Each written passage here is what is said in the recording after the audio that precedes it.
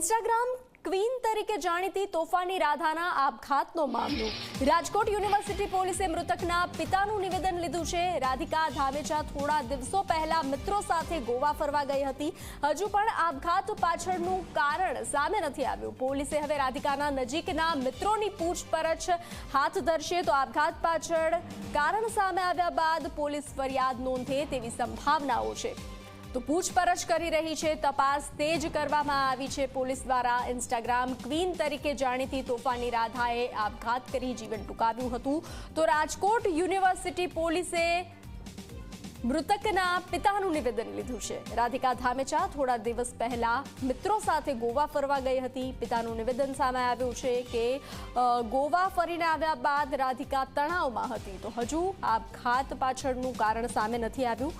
પોલીસે હવે રાધિકાના નજીકના મિત્રોની પૂછપરછ હાથ ધરશે।